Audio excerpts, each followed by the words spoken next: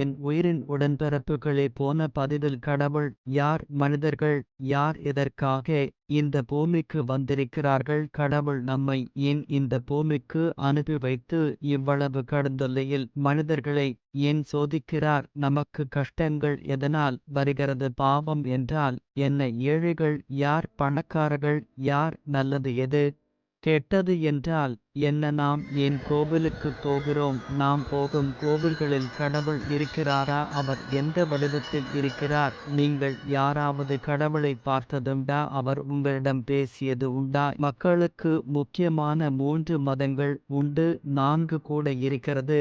அது மட்டுமல்லாமல் பல மனித புனிதர்களின் கோவில்களும் இருக்கிறது.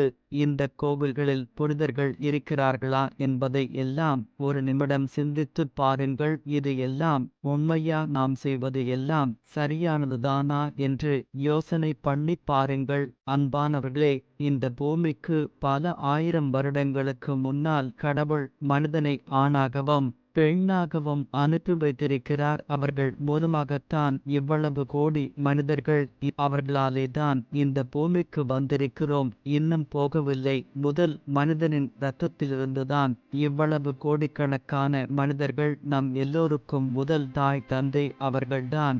அவர்களை படைத்தவர் ஒருவர், அவர்தான் நாம் எல்லோருக்கும் ஒரே கடவுள், அவர்தான் எல்லாவற்றையும் உண்டாக்கினவர். அவருக்கு தொடக்கமும் இல்லை, முடிவும் இல்லை. ஆனால் நமக்கு தொடக்கம் உள்ளது, ஆனால் முடிவென்பதே நமக்கு இல்லை. நாம் எல்லோரும் கடவுளுடைய பிள்ளைகள். அவர் நம்மீது அளவில்லா அன்பு வைத்திருக்கிறார். மனிதர்களாகிய நாம் அவருக்காக என்ன செய்கிறோம், கோவில்களை கட்டி வைத்திருக்கிறோம், பூஜைகளை செய்து வருகிறோம், தீ மிதிக்கிறோம், திருவிழா கொண்டாடுகிறோம், ஜபம் செய்கிறோம், காணிக்கை கொடுக்கிறோம். இதையெல்லாம் எதற்கு செய்கிறோம் என்று சிந்தித்துப் பாருங்கள். நாம் என்னதான் செய்தாலும் கடவுள் நம்மிடம் இருந்து எதிர்பார்ப்பதெல்லாம் ஒரே விஷயம்தான், நாம் நல்லதை செய்து நல்லவன் என்று பரிசு பெறுவதற்காக தான். நாம் அவருக்காக என்ன செய்கிறோம், எல்லாமே அவருடையதுதான். நமக்கென்று என்ன இருக்கிறது, எல்லாமே இந்த பூமியில் இருந்து எடுக்கப்பட்டதுதான். நமக்கு உடல் அவர் தந்தது, நம்முடைய மூச்சுக்காற்று கூட நமக்கு சொந்தமில்லை. தனியாகத்தான் இந்த பூமிக்கு வந்திருக்கிறோம், தனியாகத்தான் இந்த பூமியை விட்டு போக போகிறோம். இதில் நாம் கொண்டு வந்தது என்ன, நாம் கொண்டு போகப் போவது என்ன.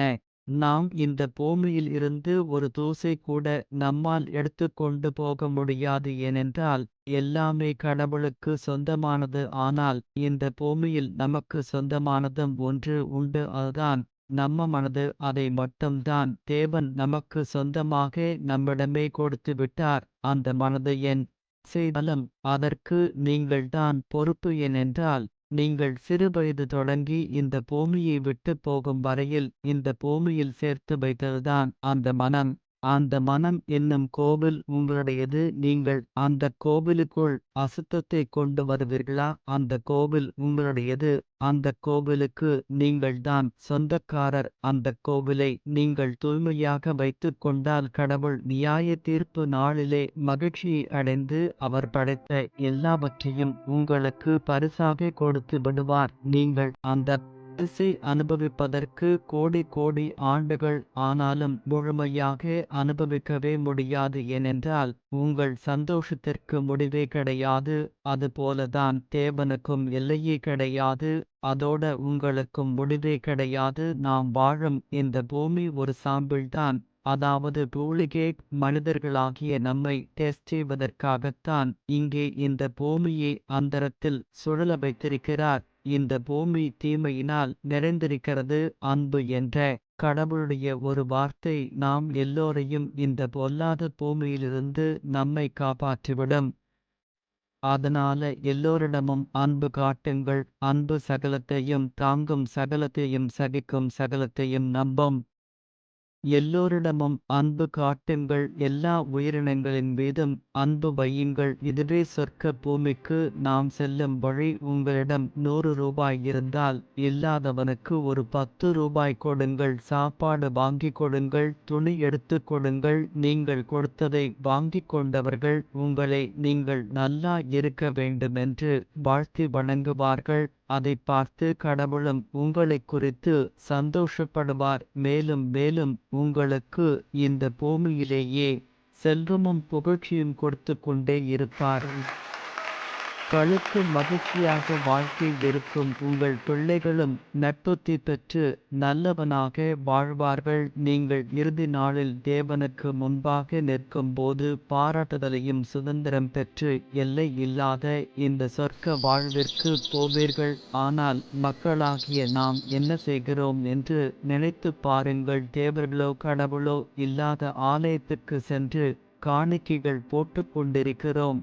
அதே ஆலயங்களில் இல்லாதவர்கள், குருடர்கள், கை கால் இழந்தவர்கள் அமர்ந்து கொண்டு பிச்சை கேட்கிறார்கள். நாம் அவர்களுக்கு கொடுப்பதற்காக பையில் தேடி சில்லறையை எடுத்து போடுகிறோம்.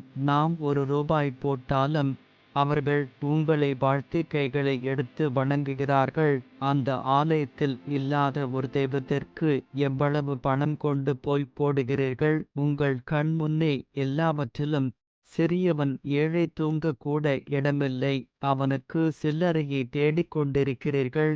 இந்த செயலை எல்லாம் சிந்தனை செய்து பாருங்கள். உங்கள் மனதையே கேளுங்கள். அது உங்களுக்கு சொல்லும். ஷேர் பண்ணுங்க, கமெண்ட் பண்ணுங்க, சப்ஸ்கிரைப் பண்ணுங்க. அடுத்த பதிவில் பார்க்கலாம்.